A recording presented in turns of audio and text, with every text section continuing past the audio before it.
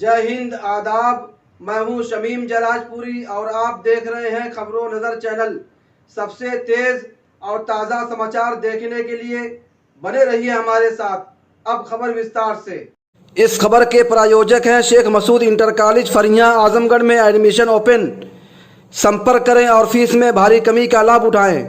इस खबर के प्रायोजक हैं डॉक्टर इम्तियाज हॉस्पिटल, मुकीरीगंज शहर, आजमगढ़। कम खर्च में जनरल सर्जरी कराएं। इस खबर के प्रायोजक हैं राहुल संस्कृतायन जन इंटर कॉलेज, लछरामपुर, आजमगढ़ में एडमिशन ओपन। लखनऊ की मशहूर चिकनकारी अब आपके शहर आजमगढ़ में। लखनवी कलेक्शन लाए हैं बम्पर छूट। पता है लखनवी कलेक्शन मुसाफिर खाना तकिया, शहर आजमगढ़। पता है लखनवी कलेक्शन बदरका तिराहे के पास, आजमगढ़।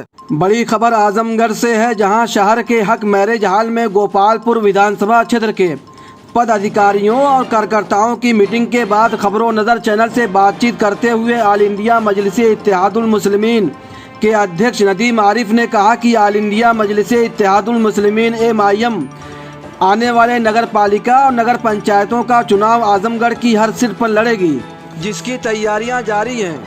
नदीम आरिफ ने कहा कि जल्द ही हमारी पार्टी MIM जनता की बुनियादी समस्याओं, महंगाई, बेरोजगारी, करप्शन, शिक्षा और स्वास्थ्य को लेकर सड़कों पर उतरकर आवाज़ उठाएगी और हम पैदल पदयात्रा शुरू करने वाले हैं। उन्होंने बताया कि नगर पालिका परिषद और नगर पंचायतों की सीटों पर चुनाव लड़ने के लिए लोग अपने आवेदन पत्र दे रहे हैं।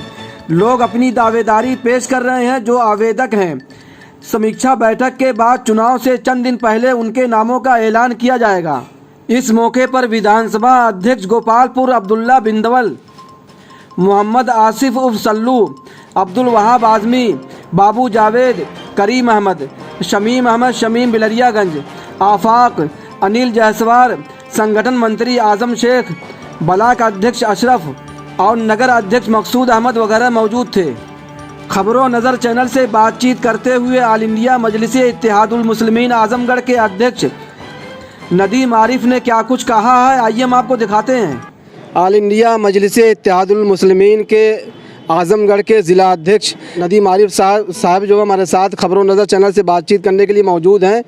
आइए हम इनसे पूछते हैं कि आज जो आजमगढ़ शहर में हक मैरिज हॉल में जो मीटिंग थी उसमें क्या एजेंडा था और किस विषय पर, किस मौजू पर, किस मुद्दे पर जो है चर्चा हुई है। भाई हमारा तो सबसे पहले उद्देश्य सामने नगर पालिका नगर पंचायत का चुनाव है, उसकी तैयारी में हम कार्यकर्ताओं में जोश भरने का काम कर रहे थे और दूसरे हम एक स्ट्रेटजी पे काम कर रहे हैं प्रदेश अध्यक्ष के आदेश पे कि देश में महंगाई, अराजकता और तमाम तरीके की जो चीज़ें हैं उसके खिलाफ हमें किस तरीके की रणनीति बनानी है, उसी पे चर्चा था।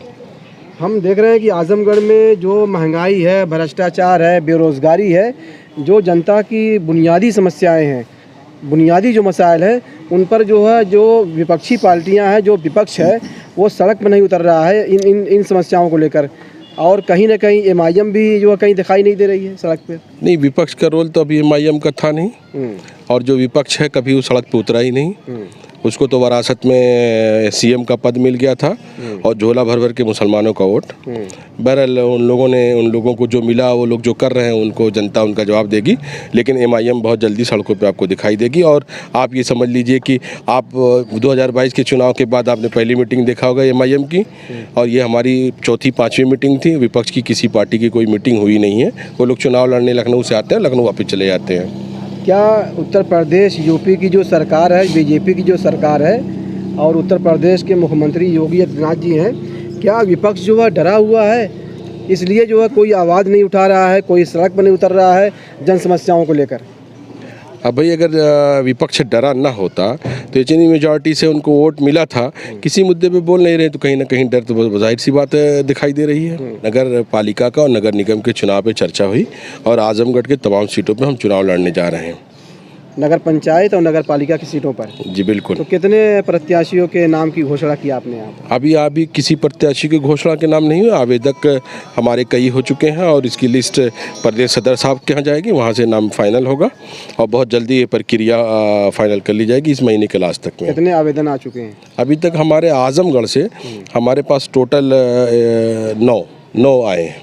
9। अच्छा, हमने देखा कि जो ऑल इंडिया मजलिसे इत्तेहादुल मुस्लिमीन के जो राष्ट्रीय अध्यक्ष हैं असदुद्दीन ओवैसी साहब, उनके बारे में लोग कहते हैं, चर्चा भी करते हैं, और जब वो पार्लियामेंट में, लोकसभा में बोलते हैं तो जनता सुनती है, वो आवाज़ उठाते रहते हैं।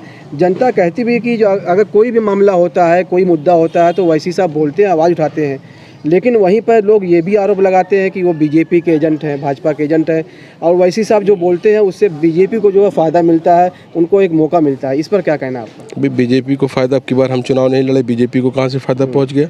निरहुआ आपके यहाँ से जीत के माननीय सांसद हो गए, हम तो चुनाव नहीं लड़े थे, बीजेपी को कहाँ से फ़ायदा पहुँचा? तो अब ये एक मानसिकता हो गई है। तो कुछ लोगों को बैरिस्टर साहब की चीज़ें समझ में आ रही हैं, और कुछ लोगों को जो 74 साल से बेवा का माल समझ के वोट ले रहे थे, उनमें खलबली मची हुई है कि कहीं लोगों के पैर जम गए।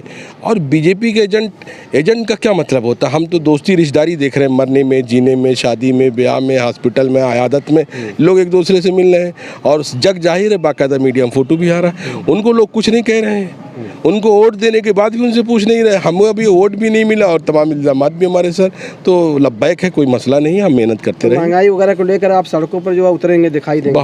बहुत जल्द हमारे प्रदेश सदर के आदेश में हम लोग पूरी तैयारी कर रहे हैं, और बहुत जल्द सड़कों पर रहेंगे। ये थे ऑल इंडिया मजलिस इत्तेहादुल मुस्लिमीन के अध्यक्ष नदीम आरिफ साहब, जो खबरों नज़र चैनल से बातचीत कर रहे थे। इनका कहना है कि आने वाले जो नगर पंचायत और नगर पालिका के जो चुनाव होने वाले हैं, जो प्रत्याशी हमारे होंगे, और उनके आवेदन बहुत संख्या में आ चुके हैं, दरखास्तें आ चुकी हैं। खबरों नज़र चैनल के लिए शमीम जराजपुरी, आजमगढ़। खबर और विज्ञापन के लिए संपर्क करें। आजमगढ़ की ताज़ा और तमाम खबरों को सबसे पहले देखने के लिए हमारे चैनल को सब्सक्राइब करें।